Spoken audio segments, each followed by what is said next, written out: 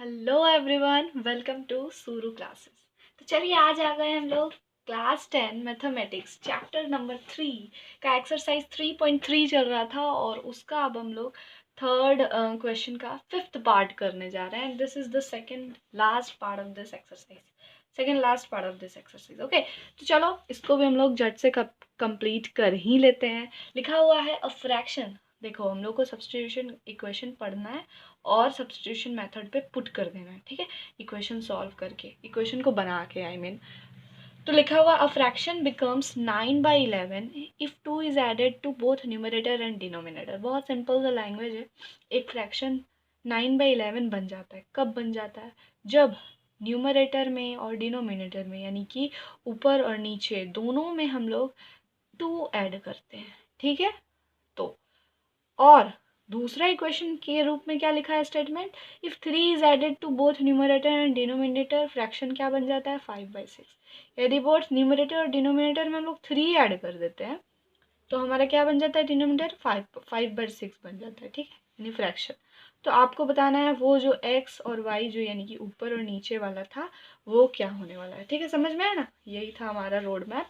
और देखो कैसे सॉल्व करते हैं इसको, बहुत ईजी है ये भी। चलो यहाँ सॉल्यूशन लिख दिए। सबसे पहले लिखेंगे क्या? Let the fraction. सबसे पहले तो मेरे को फ्रैक्शन ही ना पता है बाबू, तो आप क्या करना? x/y। फ्रैक्शन क्या हो जाएगा? x/y हो जाएगा। ठीक है, चलो भाई, बहुत सुंदर, x/y हो जाएगा।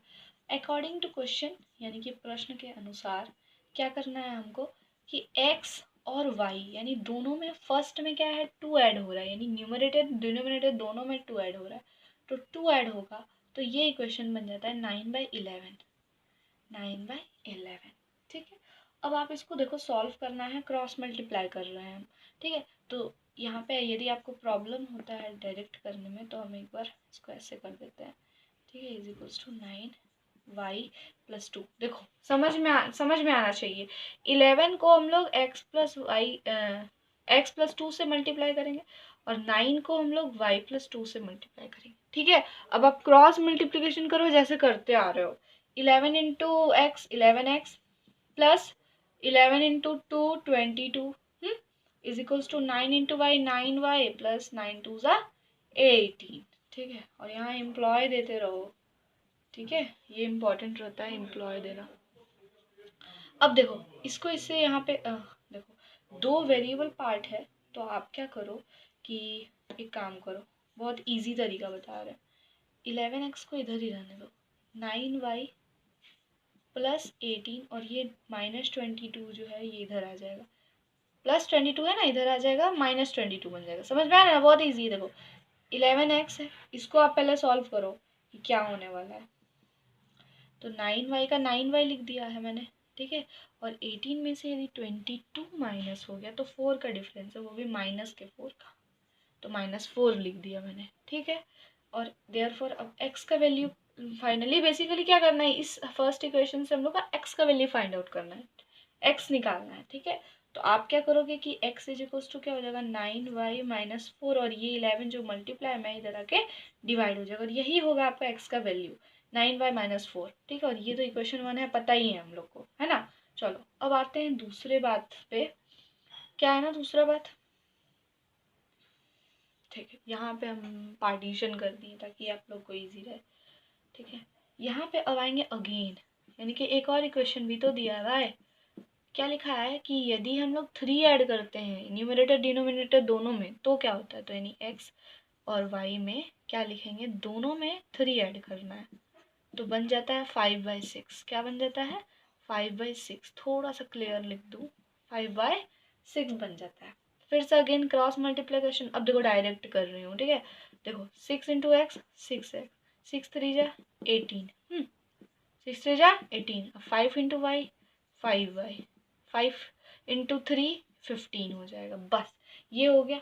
थोड़ा सा इसको अरेंज कर देती हूँ, जैसे कि यहाँ पे है ना 6x और 5y को आप इधर ले आओ, -5y इज इक्वल्स टू 15 का 15 और ये 18 जो प्लस में है इधर आके माइनस हो जाएगा। ठीक है, तो 6x - 5y is equals to 15 में से 18 जाएगा तो -3 आएगा, ठीक है। And this will be your second equation. ये सेकेंड इक्वेशन थोड़ा सा लीनियर फॉर्मेट में कर दिया ताकि पुट करने में ईजी रहे। बस अब क्या करना है, सब्स्टिट्यूटिंग द वैल्यू, सब्स्टिट्यूटिंग दी, ये सेकेंड इक्वेशन आ गया ना। Substituting the value of x, कहाँ है एक्स, ये वाला एक्स, ठीक है, ये एक्स है, एक्स इन इक्वेशन 2। इक्वेशन 2 में हम लोगों को एक्स का वैल्यू को सब्स्टिट्यूट करना है। Any doubt? नो मैम कोई डाउट नहीं है, आप बनाते चलो, ठीक है भाई। अब क्या करना है, बस सब्स्टिट्यूट कर देती हूँ। देखो ध्यान देना थोड़ा, ठीक है। सेकेंड इक्वेशन क्या है, ये वाला है सेकेंड इक्वेशन, और एक्स का वैल्यू है ये वाला, ठीक। तो आप देखो कैसे बनेगा, 6 लिख दिए, एक्स का वैल्यू में ये पुट करेंगे, क्या पुट करेंगे, 9y - 4/11, ठीक है।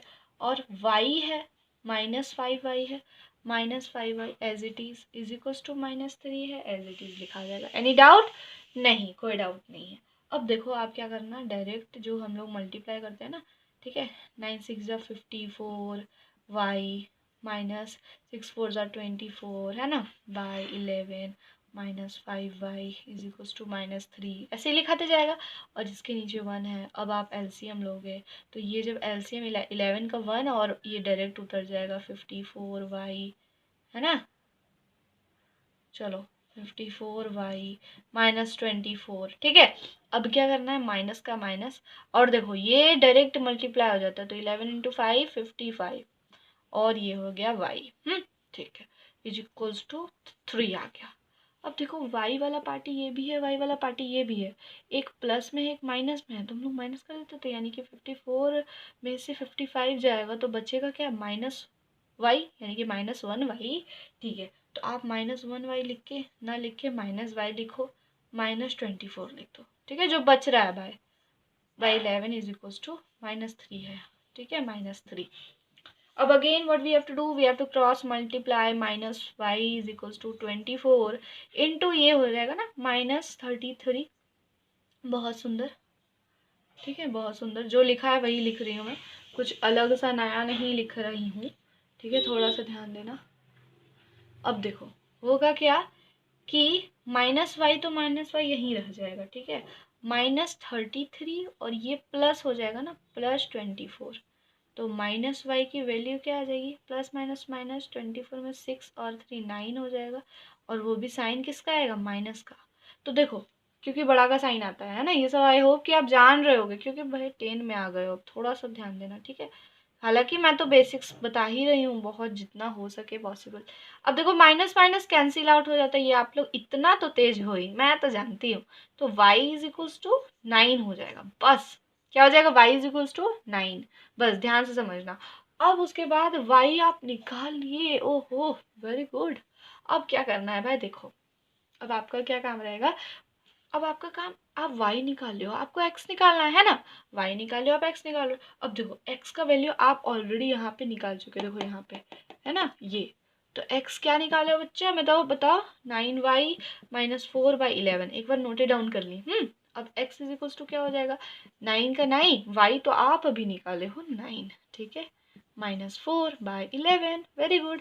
x इज इक्वल्स टू 9 9 = 81 -4, 81 - 4/11, 81 - 4 बताओ क्या होता है, 77, वेरी गुड, बाय 11, तो 11 से ये 7 टाइम्स कट जाएगा, therefore x is equals to 7, यानी कि आपने x का भी निकाल लिया, y का भी निकाल लिया, कॉन्ग्रेचुलेशंस, ठीक है। तो देयरफॉर फ्रैक्शन क्या हो जाएगा, फ्रैक्शन बताओ, फ्रैक्शन ही ना माने थे, let the fraction B x/y, ध्यान देना। तो x क्या था, x था 7 और y क्या था 9, ठीक है, x था 7 y था 9, and this is your final answer, ठीक है। इस तरह से आपने इस क्वेश्चन को भी कंप्लीट कर लिया। अब हम लोग को बस एक क्वेश्चन बचा है इस एक्सरसाइज में, ठीक है, और आई होप कि आपको समझ में आएगा बेटा, ठीक है। तो चलो हम लोग चलते हैं नेक्स्ट वीडियो में, और इस वीडियो को यदि आपको समझ में आ रहा है ना, तो आप इसको लाइक कर दो भाई, थोड़ा शेयर भी कर दो फ्रेंड्स के साथ, और चैनल को सब्सक्राइब कर लेना, ठीक है। तब तक के लिए स्टे ट्यून्ड।